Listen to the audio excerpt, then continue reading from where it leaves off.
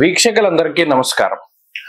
June నెల ద్వాదశ రాశులపై ఏ విధమైనటువంటి ప్రభావాన్ని చూపెడుతూ ఉన్నది, జూన్ నెలలో ఉండేటువంటి గ్రహస్థితి 12 రాశులను ఏ విధంగా ప్రభావితం చేస్తూ ఉన్నది, ఈ విషయాన్ని ఈ వీడియో ద్వారా తెలుసుకుందాం. ముఖ్యంగా ఈ మాసంలో చాలా ముఖ్యమైనటువంటి మార్పులు కొన్ని ఉన్నాయి.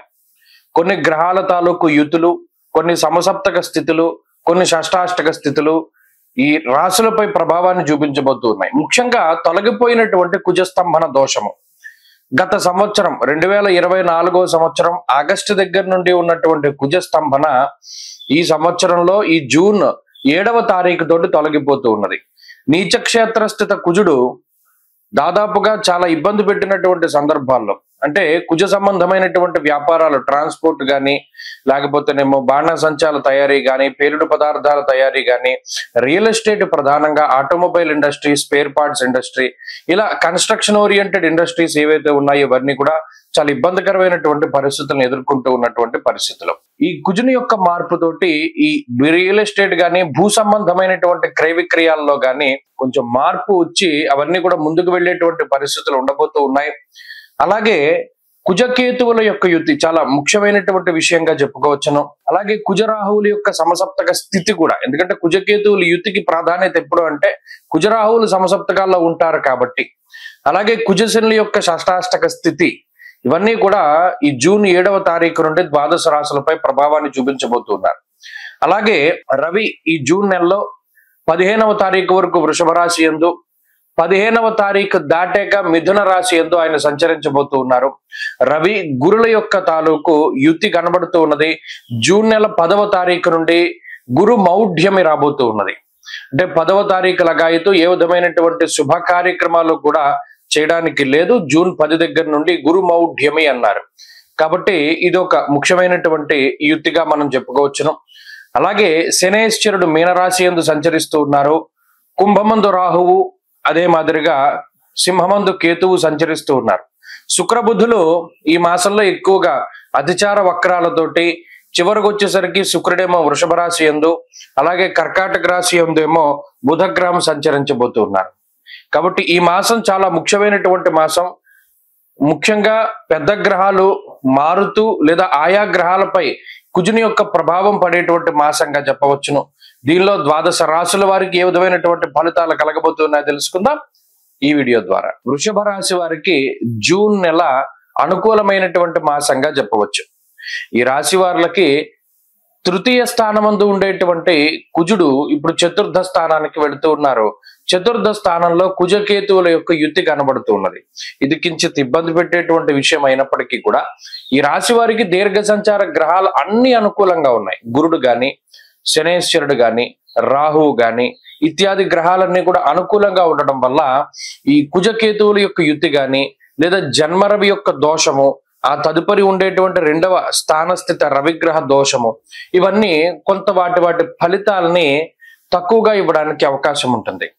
ఎప్పుడైతే దీర్ఘ సంచార గ్రహాలు యోగించి శుక్రబుధుల తాలూకు అనుకూలతల మధ్యలో ఏర్పడుతూ ఉంటాయో ఒక రవికేతువులు ఇచ్చేటువంటి వాటిపై కొంత జాగ్రత్తగా ఉండగలిగితే సరిపోతుంది.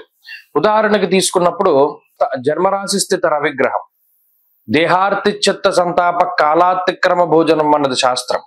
అనగా ఇక్కడ కాలాన్ని అతిక్రమించి భోజనం చేసేటువంటి పరిస్థితి, శారీరక శ్రమ, అధికమైనటువంటి ప్రయాణాలు, లేదా చర్మ సంబంధిత సమస్యలు, లేదా ఏదైనా శారీరకమైనటువంటి సమస్యలు, ఆరోగ్యపరమైనటువంటి సమస్యలు, నీరసము, నిస్సత్వ లాంటివి రవి ఎక్కువగా ఇస్తూ ఉంటారు. అలాగే ఇప్పుడు అర్ధాష్టమ కుజుడు కేతువు కూడా కలిసి ఉన్నటువంటి కారణం చేత ఇది కుటుంబపరమైనటువంటి ఇబ్బందులను కలగజేస్తారు.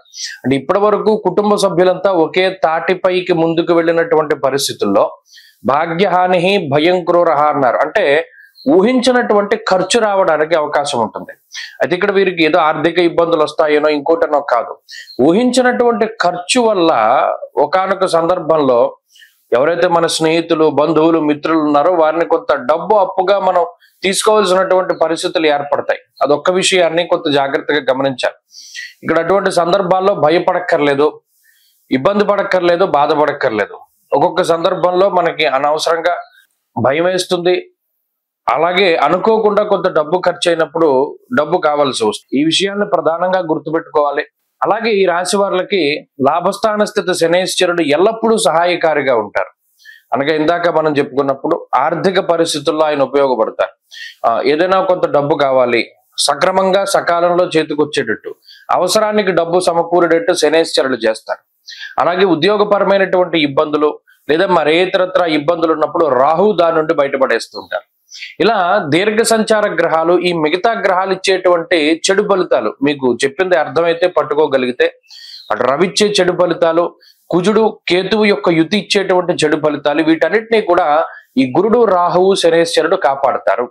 కాబట్టి అటు కొంత ఇబ్బందికరమైనటువంటి పరిస్థితులు ఉన్నప్పటికీ ఈ మిగతా దీర్ఘ సంచార గ్రహాల తాలూకు స్థితిగతుల వల్ల అన్నిటి నుండి బయటపడతారు. ఉదాహరణకి కుజుడు చతుర్థ స్థానంలో ఉండి చదువుపరమైనటువంటి ఆటంకాలను కలిగించారనుకోండి, గురుడు దీర్ఘమైనటువంటి ఏకాగ్రతను కలిగించి ఒక స్థితప్రజ్ఞతనిచ్చి చక్కగా చదువుకునేటువంటి పరిస్థితులకి కారణమవుతారు. అంటే ఓవర్కమ్ అవుతుంది, అది నేను చెప్పేది. ఈ రవి కుజ కేతువుల యొక్క యుతి వల్ల సమస్యలు ఉన్నప్పటికీ వాటిని అధిగమించగలుగుతారు. అలాగే జాతకంలో ఉద్యోగపరమైనటువంటి మార్పులు కనబడుతూ ఉన్నాయి. ప్రమోషన్లు కానీ, ఆశించినటువంటి చోటికి ట్రాన్స్ఫర్లు కానీ కనబడుతూ ఉన్నాయి. ఉద్యోగపరమైనటువంటి కొంత అధికారము అనేటువంటిది అనుభవించడానికి అవకాశం ఉంటుంది. ఆర్థిక పరమైనటువంటి ప్రగతి ఉంటుంది. వ్యాపార లాభం ఉంటుంది, వ్యాపార విస్తరణ, అలాగే విదేశీయానానికి సంబంధించిన విషయాలు ఇవన్నీ కూడా ఈ రాశి వారికి చాలా అనుకూలంగా ఉన్నాయి.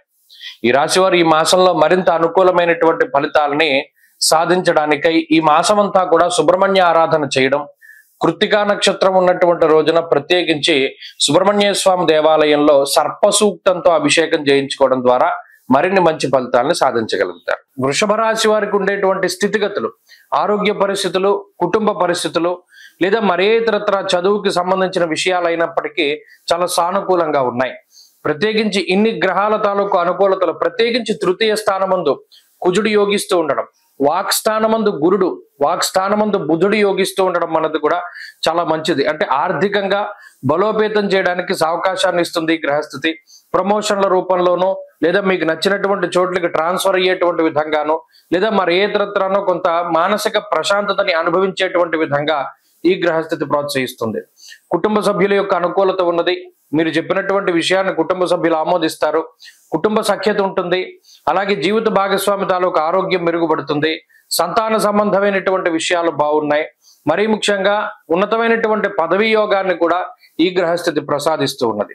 కాబట్టి ఈ వారంలో వృషభ రాశి వారి యొక్క స్థితిగతులు, అటు లాంగ్ టర్మ్ కోచింగ్లు తీసుకునేటువంటి వారు, పోటీ పరీక్షలకి ప్రిపేర్ అయ్యేటువంటి వారు, ఇలా విద్యార్థులందరికీ గ్రహస్థితి బాగున్నది. వీరు మరింత అనుకూలమైనటువంటి ఫలితాలని సాధించడానికై విఘ్నేశ్వరుని యొక్క ఆరాధన చేస్తూ ఉండడం చెప్పదగినటువంటి సూచన. ఈ వారంలో కలిసి వచ్చేటువంటి రోజు బుధవారంగా చెప్పవచ్చును. అదృష్ట సంఖ్య 8, అదృష్ట వర్ణము లేత ఆకుపచ్చ రంగు.